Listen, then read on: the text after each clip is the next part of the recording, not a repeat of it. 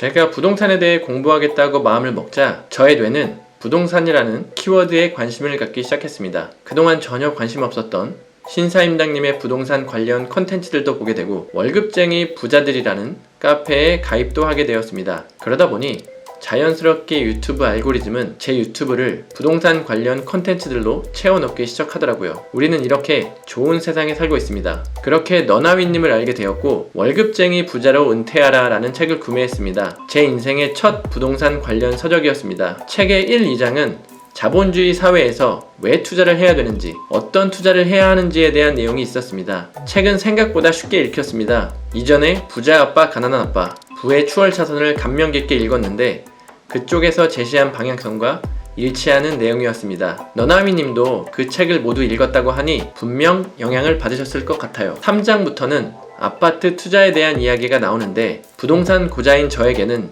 정말 신선한 충격이었습니다. 저는 3억짜리 집이 있으면 3억을 다 주고 집을 사든 주택담보대출을 받아서 그 집을 사야 하는지 알고 있었습니다. 실제로 저희 아버지는 나는 대출로 뭘 산 적이 없다며 빚이 없는 것을 항상 자랑하셨기 때문에 대출보다는 현금으로 집을 사야 된다는 생각을 가지고 있었어요. 그런데 매매가 3억짜리 집이 있다고 가정하고 전세가 2억 8천이다 하면 2천만 원만 있어도 집을 살 수가 있구나 라는 것을 이제야 알았을 정도로 그동안 제가 부동산에 얼마나 무지했는지를 깨달았습니다. 임차인에게 받는 전세금 2억 8천은 이자도 안 나가는 그냥 눈먼 돈이더라고요. 그 대목을 읽고 바로 네이버 부동산에 들어가서 수도권의 아파트들의 매매가와 전세가를 확인해봤습니다. 안타깝게도 지금은 서울 경기도권의 매매가와 전세가가 2천만원에서 4천만원 이하로 차이나는 곳은 거의 없었습니다. 책에서 전세가는 실제 가치를 반영한다고 하는데 매매가와 전세가가 차이나는 것을 보고 거품이 어느 정도는 끼어 있다는 생각이 들었습니다. 그리고 집을 살 때도 협상을 해서 가격을 깎을 수 있다는 것을 알았습니다. 저는 사업가이기 때문에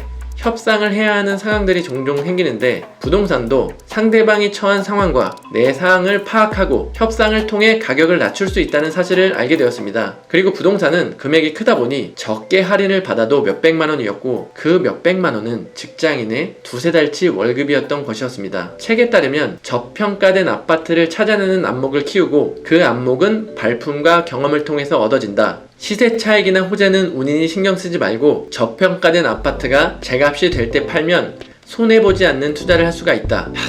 정말 투자의 정도를 알려주었습니다. 주식 투자도 저평가된 회사를 찾아내서 주식을 사는 것이 기본이니 부동산 투자와 주식 투자도 되게 비슷한 원리라는 생각이 들었습니다. 다만 변동성이 차이가 있을 뿐이죠. 물론 그런 안목을 키우는 게 어려운 일이지만 공부를 하고 실행을 하면서 경험을 쌓아 나가면 분명히 된다는 것을 알고 있기 때문에 심장이 두근거렸습니다. 너나위님은 본인이 운도 좋다고 말씀하셨습니다. 부동산 폭락장 이후에 투자를 시작했고 상승장 덕분에 투자한 것마다 시세 차익을 많이 보았다고 해요. 그런데 너나위님이 공부를 하고 준비하지 않았으면 그 좋은 운이 와도 활용할 수 없었을 것입니다. 제가 부동산에는 정말 무지하지만 항상 경제에는 오르고 내리는 사이클이라는 게 존재하고 그 사이클을 이용해서 돈을 버는 것은 공부하고 준비된 자에게만 허락된다는 것을 알고 있습니다. 수도권에 투자할 아파트가 없어 보이면 지방으로 내려가서 투자할 수 있으니 저는 지방 쪽도 알아보려고 합니다.